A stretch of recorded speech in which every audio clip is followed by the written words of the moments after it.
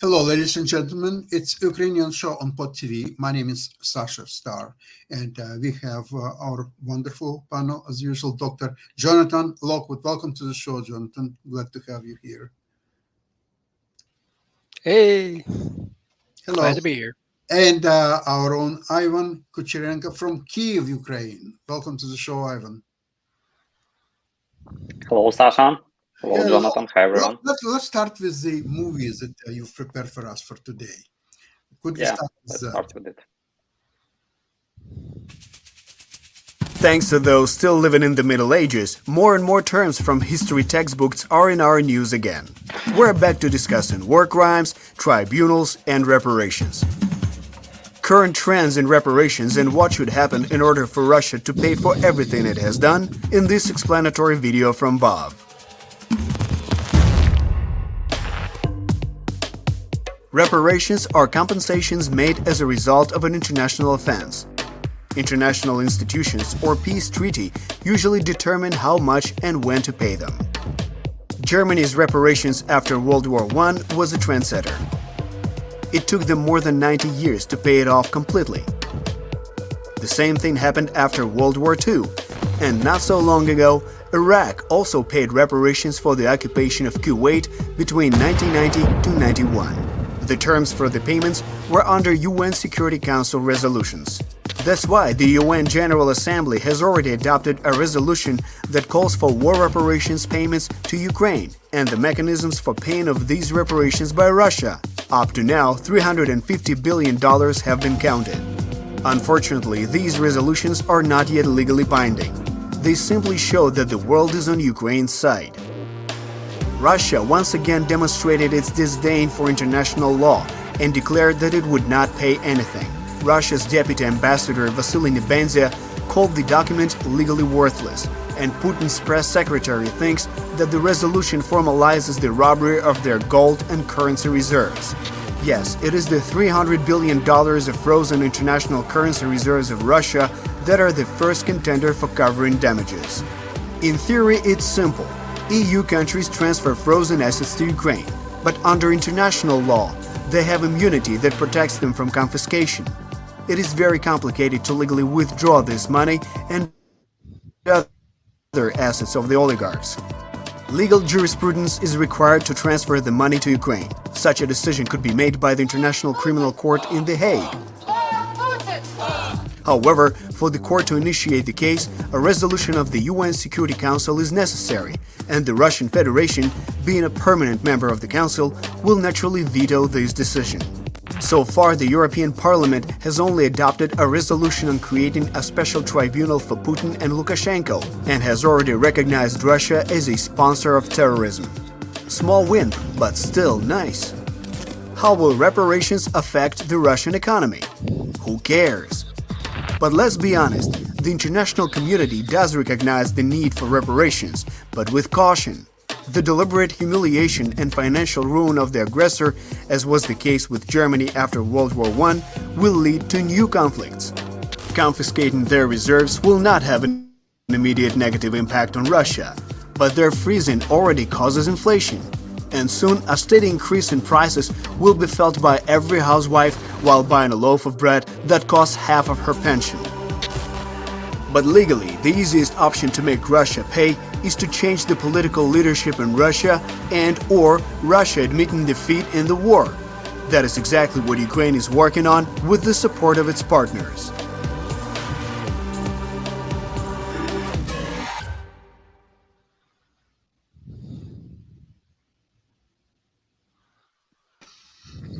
Well, very good video, and this is something what is being discussed now more and more in the international organizations, and I think one way or another that will be solved in favor of Ukraine.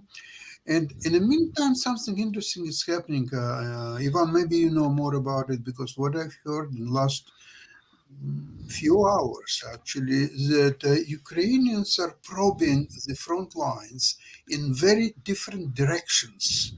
And it's not like immediate counteroffensive, an attack or something like this, but there are a lot of activities that show that they are trying to find some weaknesses in the Russian front lines. Is that what you hear as well? Yeah, I've also heard that during last few days, Ukraine actually started to prepare the attack, and before Ukraine will be able to attack on different directions. I hope it would be more than two of them. Our armed forces have to find the weaknesses in the Russian defense, obviously, and so now they're investigating the defense line, attacking, and trying to find the best possible place to strike with all available power. So we all waiting for this strike, and I hope that it will begin in a few next days, maybe. My thinking is different. They are familiar and they know very well all positions of Russian defenders. So this is not to find the weakest link.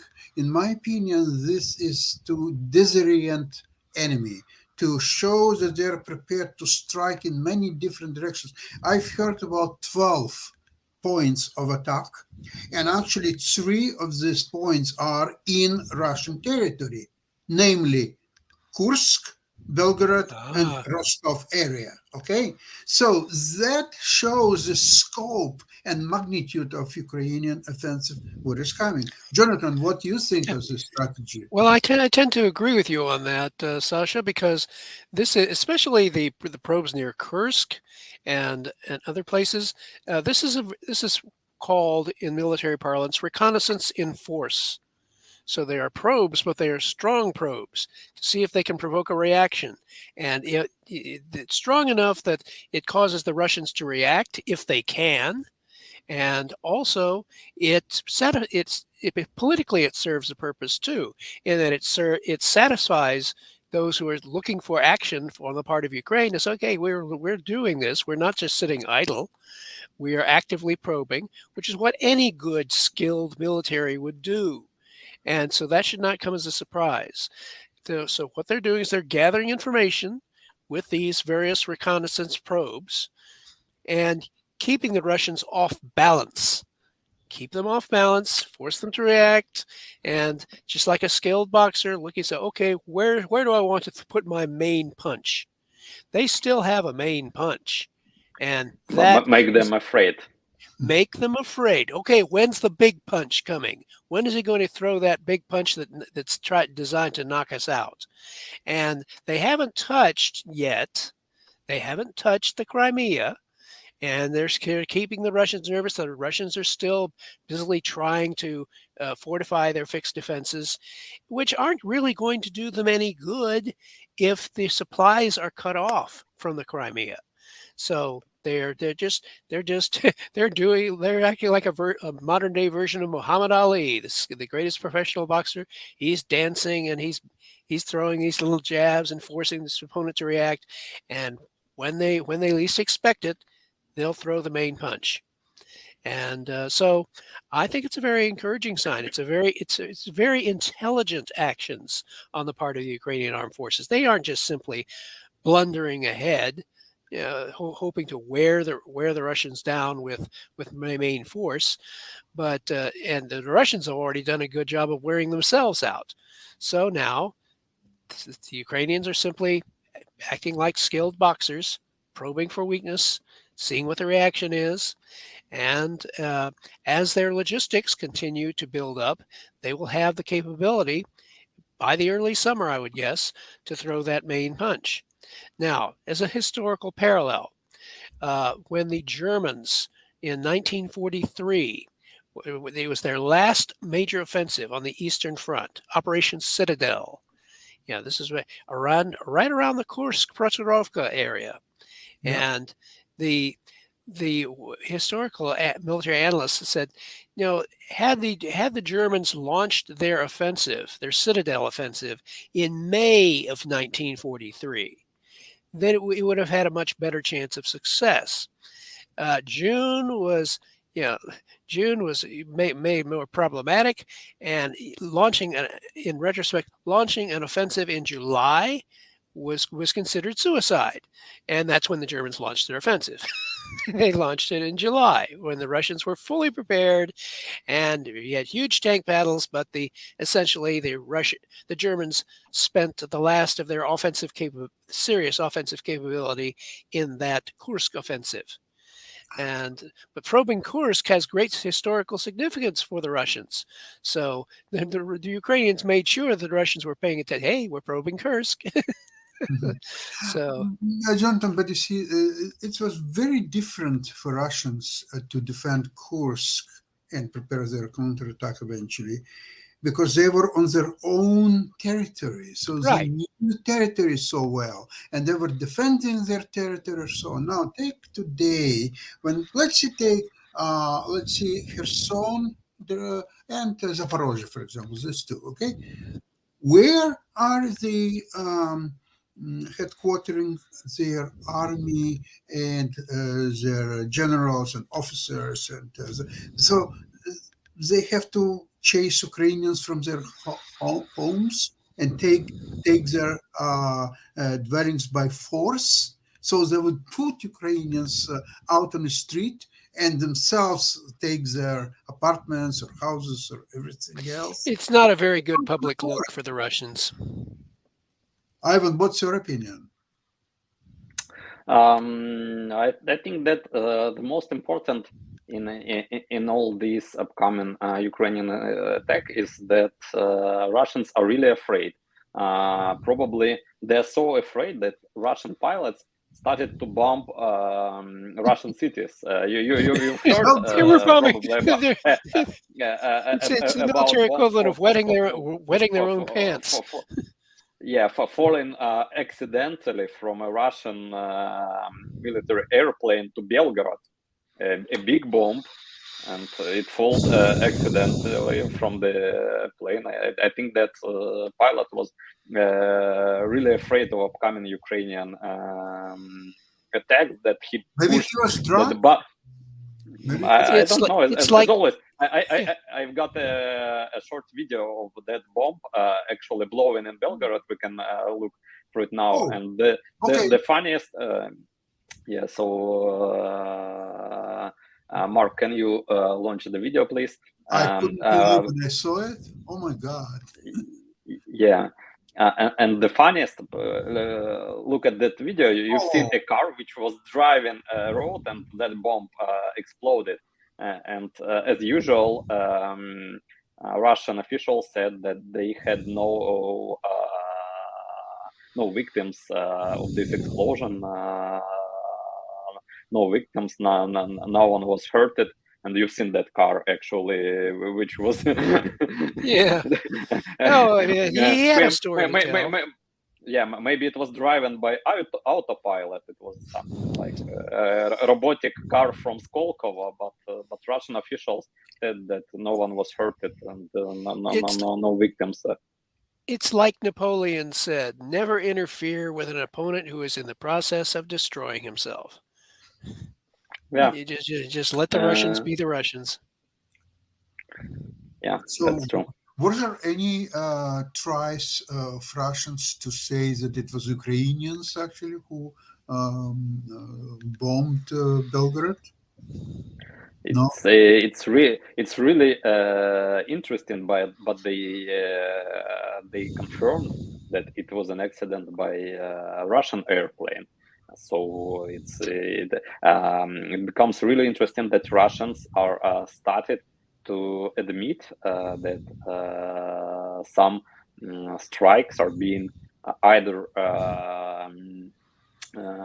managed by Ukraine, like the strike on Crimean bridge Kerch Bridge because they accused the head of Ukrainian defense intelligence, Kirill Budanov, for that strike. And so they admitted that Ukraine was able to strike the Crimean bridge, which was protected more than any place in the world. And the Russian before that said that no one will be able to strike the Crimean bridge. It's so well protected in the air, on land, in sea, underwater. No one can strike the Crimean bridge. Ivan, but trucks who brought that to Crimean bridge, they came from Russian territory. Yeah, How obviously. they explain that? But they've accused head of Ukrainian defense intelligence and even issued a warrant for arrest him by Moscow court. So he said that it's very pleasant for him to understand that Russia accepts his achievements. So he will work even better with such level of motivation. And I think that the next thing will be that Russia will admit that the Moscow cruiser was sunk down by Ukrainian missiles. Yeah. It was not an accident. So waiting for that, maybe. No, Russians explained that there was a huge fire on a ship, and because of the fire, they had to take it back to the Sevastopol. And then something happened on its way to Sevastopol, it went all the way down. Just a comedy of errors. In the wrong place. I would like to mention something that one of the Putin's conditions for the peace with Ukraine is to how he said it, it was in Russian, he said that you have to calculate the geopolitical reality, meaning that whatever they grabbed should remain. Accept the new geopolitical reality. Yeah. I think that this fool does not even understand what he's talking about. The political reality today is very different than before the beginning of the war. Today's political reality is that the Finland and soon Sweden are members of NATO. And this is 1,000 kilometers of forces. And Finland is taking the huge steps to modernize its army, which is strong even today, but they want to make it yet much stronger. They want to bring NATO forces and American forces in, and they're getting F-35 fighter jets and so on. Now, now the Poland and Romania, they're getting huge 20,000 strong US-only battalions, which will be ready. It's completely autonomous. It's like an army. Okay, you say 20,000, right. But 20,000 well-trained and equipped soldiers, it's like a 200,000 strong Russian army, maybe even stronger. Now, this is in Europe. Now, Ukraine is becoming, one way or another, is becoming part of NATO. And that's not all. Now, on the south, there's a Turkish and Azerbaijani forces that is now one army under one command, and they're completely, and the Turkish army always was very strong, but now it's becoming way much stronger, and Americans are very cooperative now dealing with Turkey because they understand that after all, it's not a country, and they have to, whatever disagreements they have major disagreements, I think they had because Turkey was purchasing C-400 Russian systems, and Americans were upset about it. But Russian fools, what they did, they delivered C-400, but without certain capabilities, which they wanted to keep secrets from Turkey as another country. And so they still have the C-400, but they're very, very limited capabilities. And now Turkey is back to US, asking them to bring them Patriot systems and bring them all the rest, which they will. So now it's Turkey and Azerbaijan in the south. So the Russia is now, at least European part of Russia, is completely encircled by NATO or NATO-friendly powers. This is geopolitical reality. The geopolitical reality, in effect, is that Putin has managed to put himself in a worse position than he was before the war. Much Yes, worse. he has lengthened the amount of enemy territory that he has to deal with by over 800 miles. Yeah, he never didn't have a hostile Finland on his border before. Now he Yeah. does. And and as you pointed out, all of those countries in the east nearest to Russia are not only reinforcing, but they are bringing up the ballistic missile defense systems. You will eventually have those.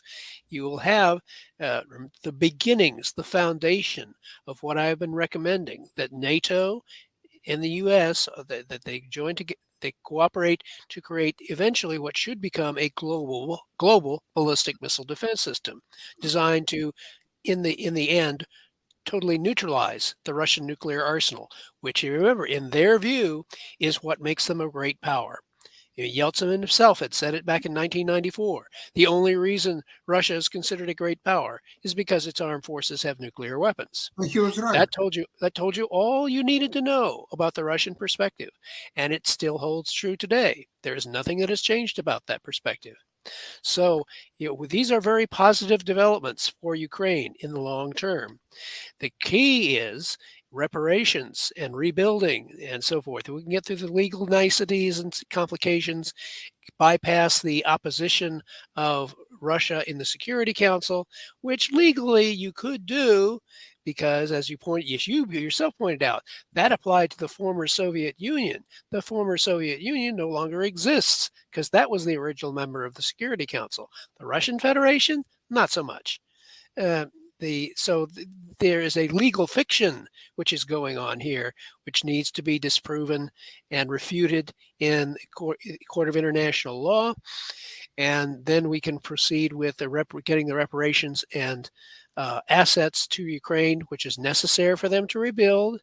And they've got a big challenge on their own. Once they get all these reparations, to put them to the best possible use. And I realize, as some people point out, that there's corruption in Ukraine. Well, oh wow, what a big surprise! Where is there not corruption to some degree in virtually every country? Certainly in the United States can't accuse anybody with clean hands of saying, "Oh, we don't have any corruption in our country." Wrong. Yeah, so everyone has to approach this with a certain degree of humility. That yes, we do have done some things wrong, but we intend to get it right with Ukraine. And remember that the Ukrainian corruption is not something what's coming of the portions of Ukraine that was under Poland or Austro-Hungarian Empire. No, it's coming from Russia, and Russia got it from Asia. But at the same time, I want to tell you that in Genghis Khan time, in Mongols, there was much less corruption than in today's Russia. So Russia actually got some ideas from Mongols and from Asia, but it brought it to incredible height. And Russia is basically a cancer on a world way of life. The everything from civilization point of view, Russia is incredible. Well, as Reagan said, the better you could not say the evil empire. That's exactly what it is. But it's no longer empire. It's evil, Right. but not empire. It's dark. It just reminds me of that old joke during the Soviet era, where, and this was within the Soviet Union, where one Soviet worker is saying to the other, we must be the richest country in the world. He says, why do you say that? He said, well, here we've been stealing from the state for 60 years, and still there's something left to steal. Yeah, that's exactly correct. And listen, I was born in Soviet Union and spent first about 20 years of my life. But at least, of course, I saw everything was going on. I have a family, I had friends, and so on. So I know enough what was then. But what's today is 500 times worse, really. Because at least at that time, really, I'm talking about, let's see, the end of 60s, 70s. Everybody was relatively poor compared to today's standards, especially in the West. Everybody was poor, I would say. Some people were a little bit better than others, but most of them were poor. So at least they were just trying to survive, not so much to steal as to enrich themselves, because you could not do anything with the money in that time in the Soviet Union. What could you do? Could you buy an apartment? No, you have to stay in line for 20 years. Could you buy a car, a Volga or Lada or something? No, you have to wait for the 12 years until you get a car.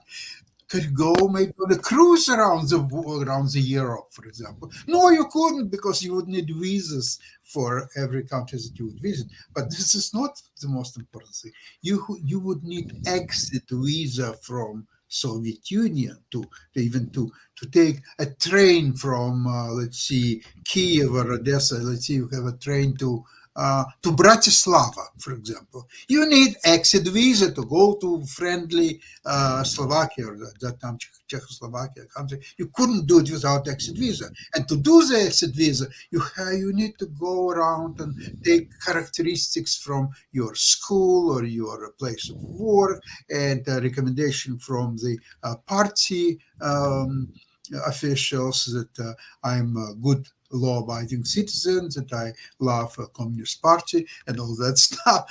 Ivan, you of course don't remember that because of your age, but trust me, that was exactly thing, and maybe you heard it from. I've almost became a pioneer. Oh, actually, okay. You did? uh, Oh my! yeah, but then the Soviet Union collapsed, and it was no more pioneer organization. But I was how to call it in English, Октябренок, October. It's like It was before the Yeah. pioneer. before pioneers, some kind of Hitler-Jungen organization. It Soviet. is, yeah. You know, all this reminds me of one of the stories or jokes that President Reagan told, where this one worker had signed up to buy a car, and he went through all the paperwork, and they said he presented it to the bureaucrat, and he said that okay, 10 years from now you can pick up your car on this date. And the worker asks, is it morning or afternoon? Is it morning, afternoon? What difference does it make? And the man replied, well, the plumber's coming in the morning. That's a good one. So it got a big laugh from the American audience, even though but he was trying to explain, through jokes, and jokes from within the Soviet Union, that what the situation really was. And the funny other thing was that the Soviets like to point out that the Americans had a poverty level. Yeah, Yes. that's true. But the poverty, what Americans consider poverty, they measured it, was a figure well above the average Soviet wage. It is, in essence, poverty to the Americans means, and this is true, poverty to the Americans means you can't afford luxuries. Yeah, you That's can right. afford the necessities, But but you you can just can't afford. sustain your You, certain you can level sustain of your life. life. You can Yeah. sustain your life. You're not in danger of starvation, of whatever. Poverty to the Americans, that's sort of a function of how, I must admit, how spoiled we have become as a country. Our concept of poverty, completely different. And the and people from other countries who come to visit America, they're just absolutely, because we are completely unaware of as a people of, and it has to be visibly brought home to us, and made visible, and you have to shout practically to get the Americans to pay attention as to what poverty really means. We have a vague idea as a people of what that's like. I mean, but right after World War II, when when we had been going through restrictions and rationing and all that stuff, that's the closest we ever came to poverty or deprivation.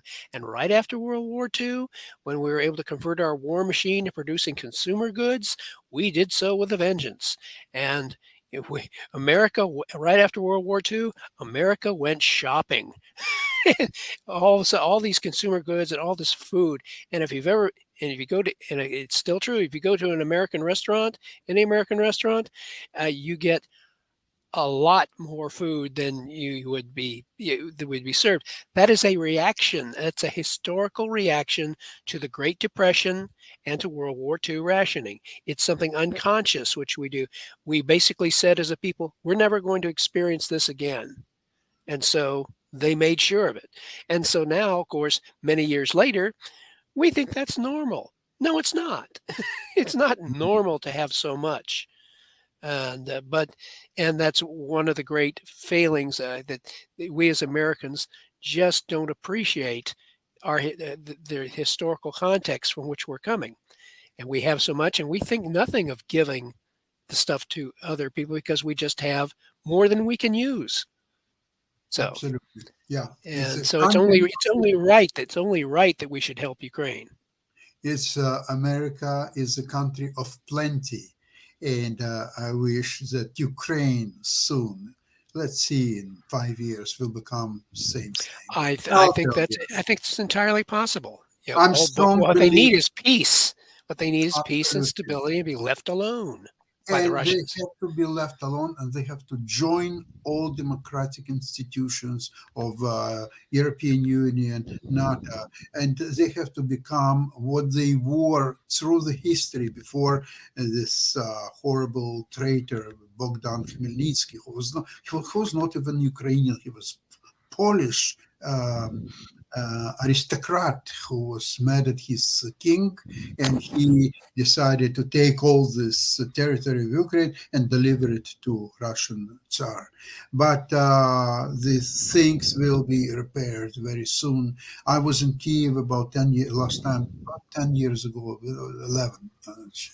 2012, and the Kiev was. It's hard to describe. It's a diamond. It's a diamond of Eastern Europe. There was nothing, no city, including Moscow or even St. Petersburg. Nothing can touch Kiev.